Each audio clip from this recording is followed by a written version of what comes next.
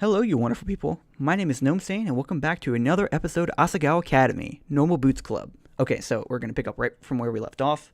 So, I'm going to ask, what's Normal Boots Club? Ooh.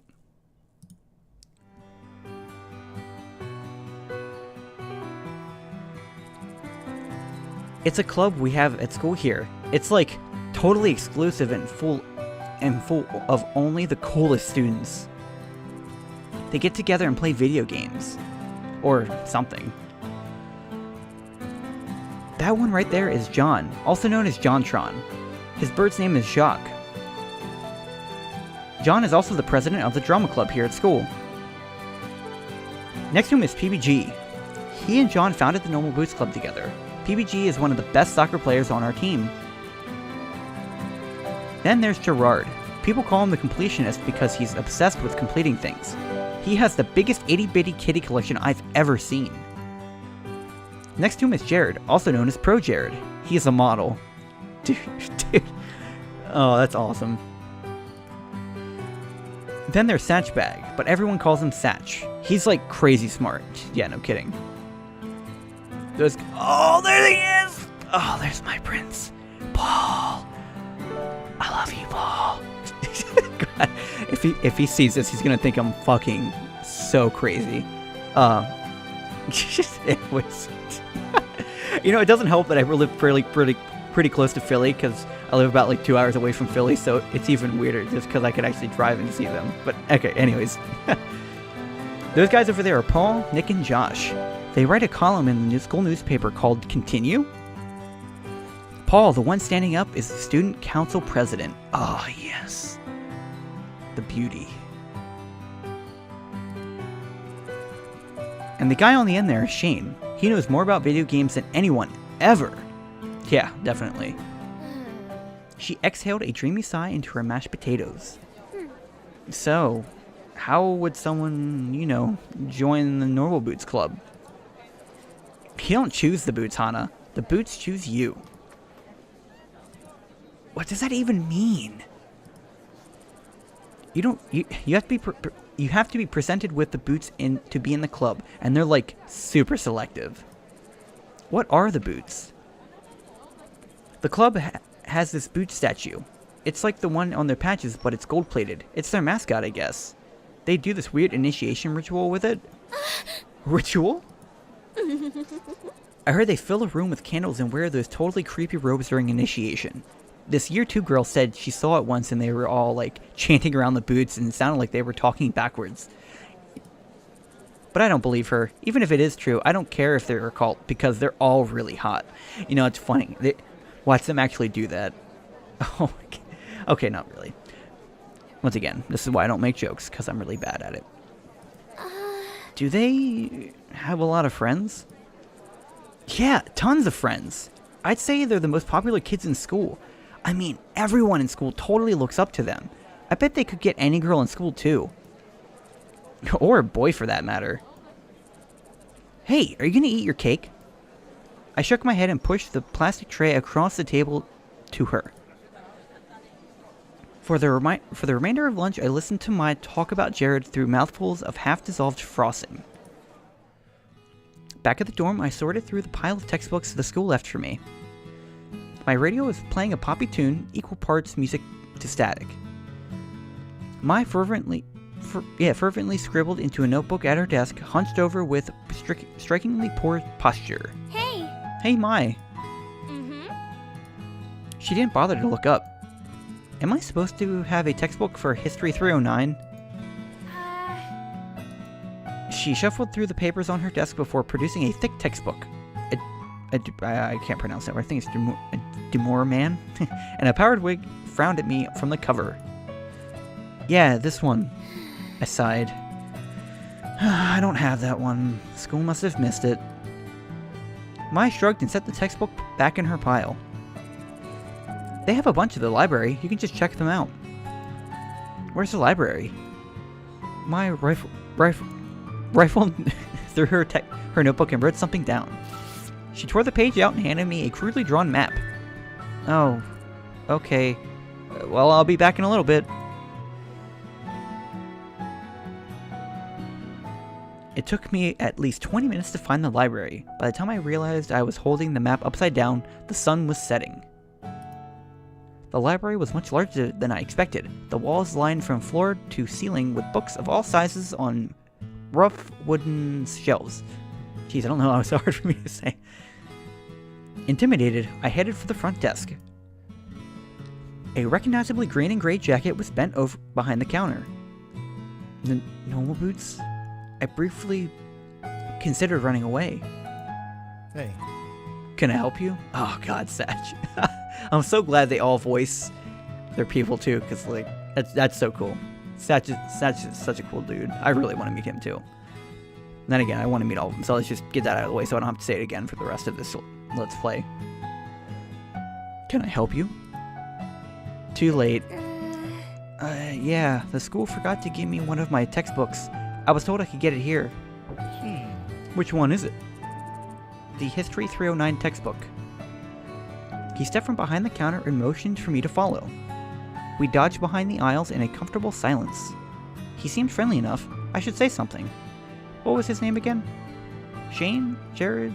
John? No, not John. Satch. Huh? Oh, you work here? Of course you worked here.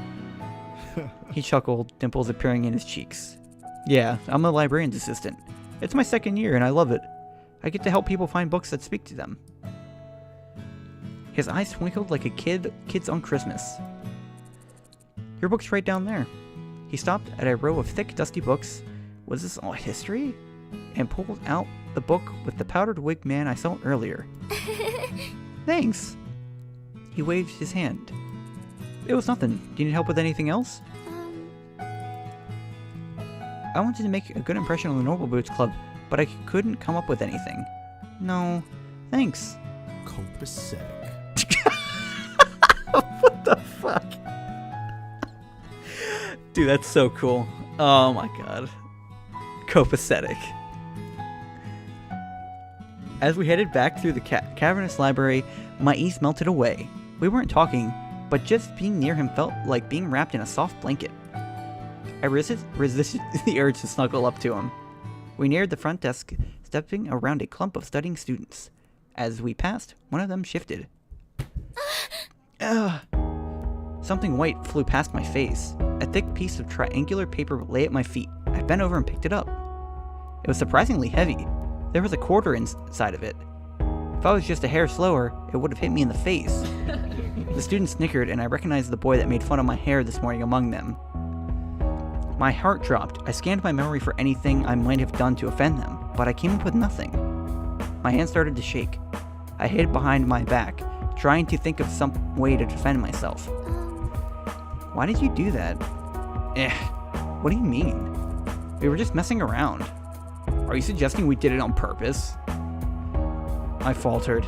There was nothing I could say. I was outnumbered. They would twist my words around no matter what, no matter how straightforward I was. No, sorry. One of the boys held his hand out for the paper. I inched closer to give it to him, angry at myself for being so compliant. I wish I were... A gentle warmth closed over my hand and took the paper from me. Satch examined the paper closely. I see what the problem is. Your aim would be better if you cut the corners before you folded it. He placed the paper on the table. The boy looked at him in sheer awe. Be careful though, you almost hit her, and that would have been awful. My hands began to sweat as panic shifted through me, afraid of the response, but... Geez, we're sorry, we'll be careful next time. Yeah, it was an accident. They apologized? Thanks, I appreciate it. Yo, what a cool dude, Satch, way to be. He gave them a wild smile and continued off down the aisles. I followed closely behind, my legs weak. Don't tell me they stopped because of him. Simply because I was with him?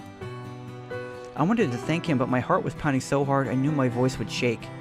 We reached the front counter and he scanned the history book. My lips trembled as I willed myself to say something, anything to thank him. He tilted his head to the side. What books do you like to read? Oh, fiction? He chuckled. I just finished a good book. I think it'd be right up your alley if you don't mind me saying so. He reached around the counter, pulled out a thick green book, and passed it to me. A man in black stood on the front, hugging a woman in royal robes. It's long, but it's one of my favorites. The Princess Brothin. I know things can be tough transferring to a new school. If you ever are worried, just read this. It'll transport you 100 miles away in a second. Tears strung my eyes, so I ducked my head. Satch. Thank you, Satch. For more than just the books. You're welcome. Oh, I'm sorry. I don't think I got your name. My name is Hana Mizuno. I'm a transfer student. Hana. Well, it's nice to meet you, Hana. Let me know how you like the book. I will. Yo, Satch is such a boss. Way to be, dude. Here, just in case. It never hurts to save. Yeah. Okay. That couldn't have gone better. Not only was Satch impossibly kind, but being around him felt easy, refreshing. Like being doused in the midst of a waterfall. Oh gosh, what was I thinking? My cheeks hot. I left the library, 2 surprisingly heavy books under one arm. I settled into bed, eager to get started with my new reading material, but Maya was sitting at her desk, carving a pencil idly into the pages of a notebook. Jeez. Excuse me. Every few minutes, she released a long, drawn-out sigh as the lead of her pencil whined against the paper. I lowered my book and took the bait. Is something wrong, Mai? She let out another dreary sigh. I hope Jared notices me this year. Does Jared know that you like him? Mai whirled around in a feigned shock. What? I don't like Jared. Oh. I closed my book and set it aside, deciding to play along. Well, have you at least tried talking to him? No? I mean, I have before. Why don't you try again? She bobbed her head from side to side, considering this like it never crossed her mind before. Yeah, maybe I could do that. Satisfied, I picked my book back up. Have you ever had a boyfriend, Hana? What? Huh? Me? No, never. Really? Never? Never. I bet you 10,000 yen that you meet a totally cute boy here and fall in love by the end of the school year. You're crazy. I buried my face back in my book, barring Mai from any further discussion. Fall in love by the end of the year? Me? If I were a betting kind of girl, I'd take that bet.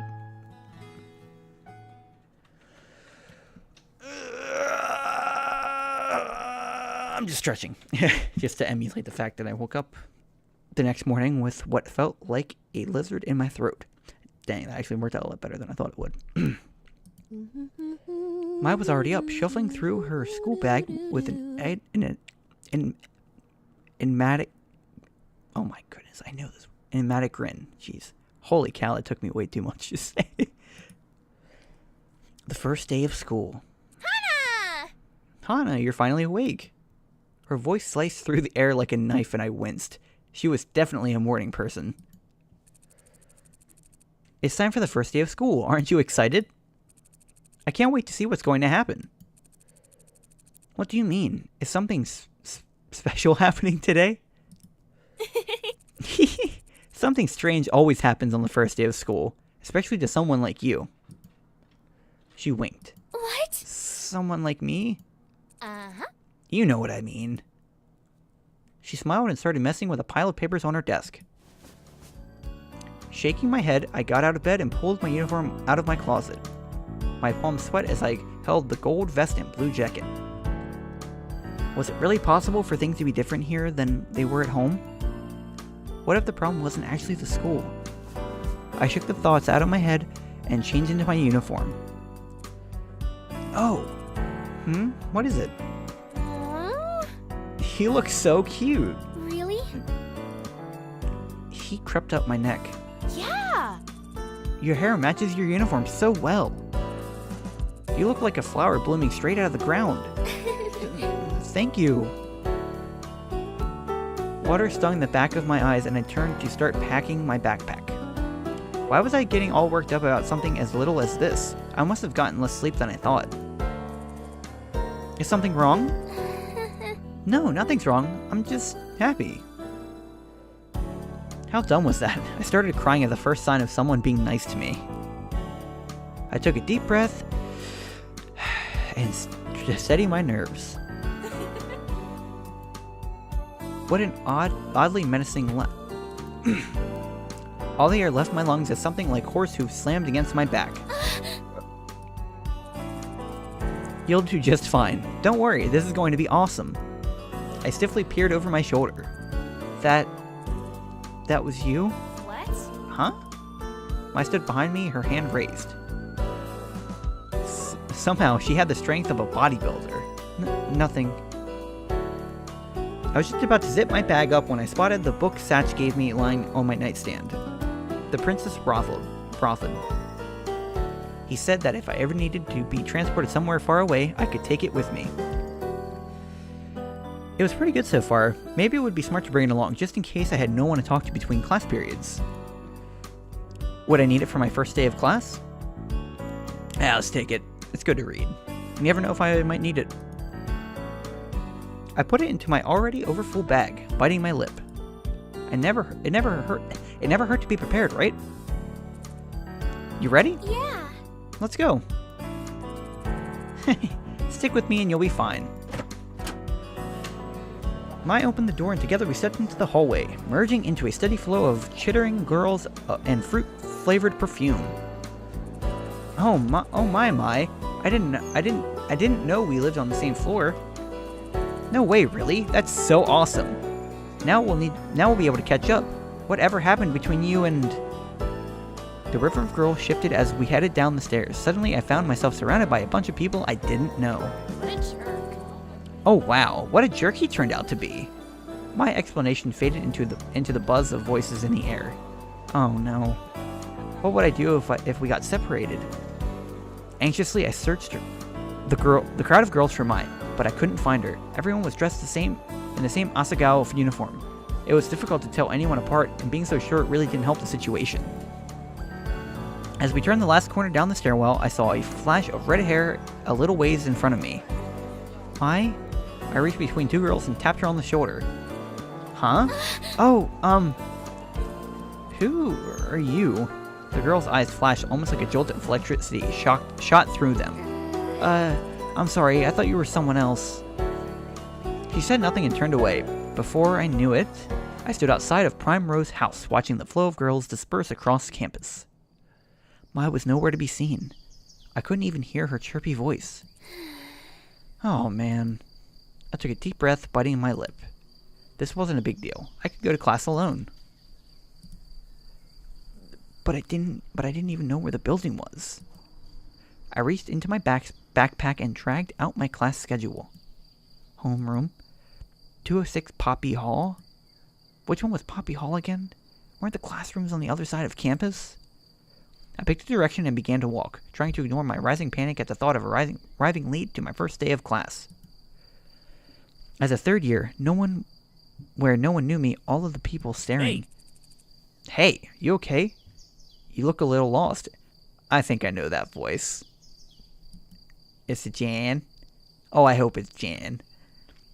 Someone called out to me and I turned around, almost jumping for joy. Oh, it's Jan! Oh, look at him. Oh, I'm so hyped. When I... I really, really hope he has some really outrageous voice acting in this. If he doesn't, I don't really care, but I really hope he does. It'll be a bonus to playing it. When I froze, a Normal Boots jacket. He was part of the Normal Boots Club. I could practically feel my tongue swelling in my mouth.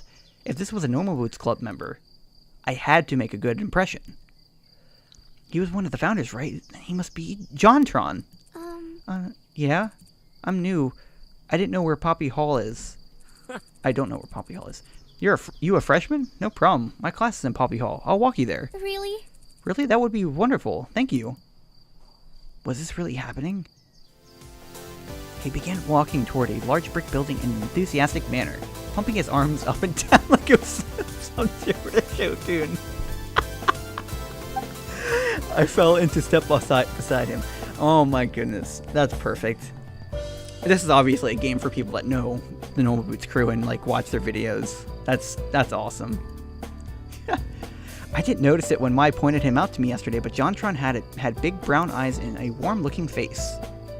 He's basically a human pup. Yeah. I glanced up at him out of the corner of my eye. A bird on his shoulder. Birds always made me uncomfortable. Something about the ease with which they could poke out someone's eye. Is something wrong? Why'd you stop? No, nothing's wrong. He followed my gaze to the bird on his shoulder. Hey! Oh, that's Jacques. Isn't he cute? Oh, he is so cute. Even though he's a murdering death machine, but that's okay. Nice to meet... Oh, wait. Nice to meet you. I can't do a good voice. That's awful. It spoke? Yeah. He put his hand to his shoulder. Jacques jumped into his palm. Jacques is a robot bird, see? Hello. By the way, to correct myself, he's not the murderous one. The murderous one is his other one, Cinnamon. She's the murderous one. Jacques is just a little peanut boy. Jacques' eyes gleamed a dangerous red when he spoke, but nothing else suggested he wasn't a normal bird. In fact, if I had known better, I would have said the red in his eyes was painted on. That's amazing! Jacques twitched his head to the side, examining me in return. The more he looked at me, the less afraid I was. What are you looking at? What? Nothing. I'm sorry. Oh yeah, Jacques can be a little sassy. Who are you calling sassy? I'm not the sassy one. I don't forget to feed you. Jacques, that was one time! I was alone and starving in the frozen tundra of this empty world, loveless, afraid. Ignore him. I've been bringing him with me to the drama club, and he's taking a little too well to it. That's so cool. It's funny because I can like imagine those two having that type of conversation. That's so cool. The writers actually know what they're doing, so congrats. If any of the writers are watching, congrats. You're doing a great job so far. I see how this is. Shut me out like I have nothing to add to the conversation. Jacques retook his place on John's shoulder, this time facing away from us as if miffed. We resumed our walk towards Poppy Hall. I'm JonTron, by the way. Call me John. Hana, nice to meet you. Hana, that's a cute name. Jeez. But, thank you. So how long have you had Jacques? Since middle school. We've been together for 4 years now. Ain't that right? I'm not listening. Yeah, well, I love him to death. I don't know what I'd do without him. It seemed like life would be a lot easier without him, but who was I to say? We arrived at the brick building. A white sign surrounded by poppies declared it to be, unsurprisingly, Poppy Hall. Which room are you in? Room 206? Really? Seriously? Yeah. That's my homeroom. We're in the same class. John laughed and clasped me on the shoulder. Wonderful. I guess I'll be seeing more of you then, right? Yeah. Right. Together we entered Poppy Hall. I gotta see what time. I think that's a good point to stop anyways, since we just met John, so I'm gonna save it. There you go. Never hurts to save. So, anyways, this has been another episode of Asagao Academy, Noble Boots Club, and if you guys like it, let me know. If you don't like it, I apologize, because like I said in the first part, I'm gonna be playing this until I beat it, and I'm gonna try to get with my love of all time, Paul Ritchie. I love you, Paul. All right, peace out, Girl Scouts.